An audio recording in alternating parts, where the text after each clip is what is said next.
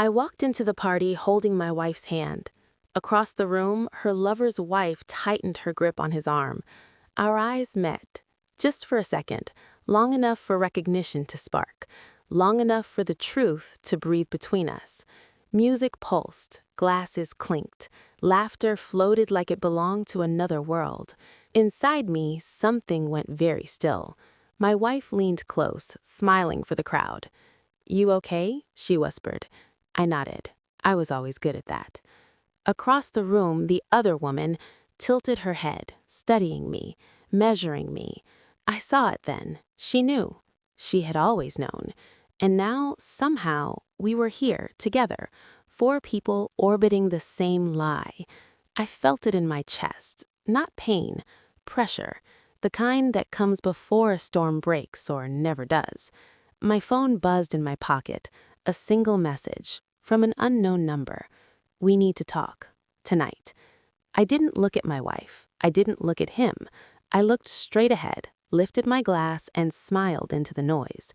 Because in that moment, I finally understood. This wasn't an accident.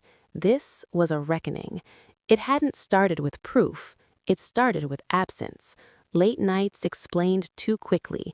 Texts angled away from me. Her laughter that didn't belong in our kitchen anymore. I told myself I was tired, paranoid, getting older. Men like me don't jump to conclusions. We gather data. Still, there were moments. Her phone lighting up at midnight, her perfume different, sharper. A name she mentioned too often at dinner, Mark. A coworker, a friend, always a friend. I watched without reacting. That was my first mistake. Or maybe my best decision. The night I knew something was wrong, she came home smiling, too light, too relieved. She kissed my cheek and went straight to the shower. I stood in the hallway, listening to the water run, staring at her phone on the counter. I didn't touch it. I didn't need to. The guilt was loud enough. Over the next weeks, the pattern sharpened. She guarded her screen like a secret. She argued just enough to justify distance. She stopped asking about my day. I didn't confront her. I collected dates, times, silences. And then one afternoon, by chance or design, I saw him at the grocery store, hand on her lower back, familiar, intimate, practiced. She laughed the way she used to laugh with me. I turned down another aisle. I didn't follow. I already had what I needed. Investigation became routine, not obsession, precision. I pulled phone records, checked shared cloud backups, noticed deleted messages that left digital shadows. I hired a private investigator and pretended it was for work stress. I watched my wife tell lies effortlessly. I admired it in a detached way. At night, she slept peacefully beside me. I stayed awake, cataloging every detail. The investigator confirmed it quietly. Hotel receipts, photos, dates that overlapped anniversaries. Mark, married, 2 kids, suburban house, a wife named Claire. I didn't feel anger. I felt clarity. What unsettled me most wasn't the affair. It was how easily I'd been replaced. I wondered when I became invisible. Then, one evening, an envelope appeared in my car. No return address. Inside, copies of the same photos I already had, and a handwritten note.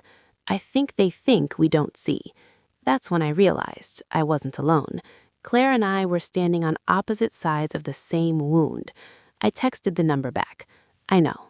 I'm ready." The DNA results arrived first. I hadn't wanted to test them, but doubt has gravity. The report was clinical, bloodless, unforgiving. Our youngest son wasn't mine. I sat at the kitchen table for a long time.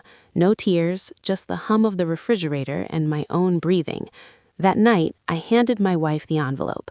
No accusation, no raised voice. "Read this," I said. Her hands shook before she opened it. Her face collapsed in stages: shock, fear, recognition. She looked up at me, already crying. "I was going to tell you." I believed she believed that. "I know," I said. That broke her more than shouting ever could. The party was Claire's idea, a mutual friend's anniversary, neutral ground. We arrived separately, but in sync. Timing mattered. At exactly 9:20, Claire walked toward the center of the room.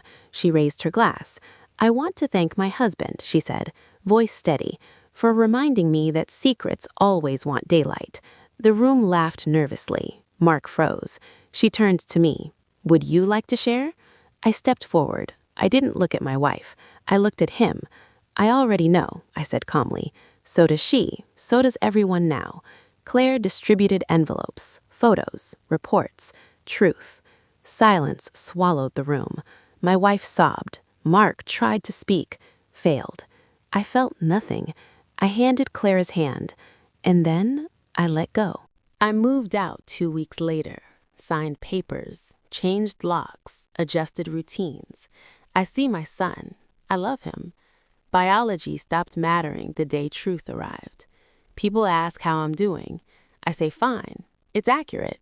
What they don't understand is this. Revenge isn't about destruction. It's about clarity. I didn't win because they suffered.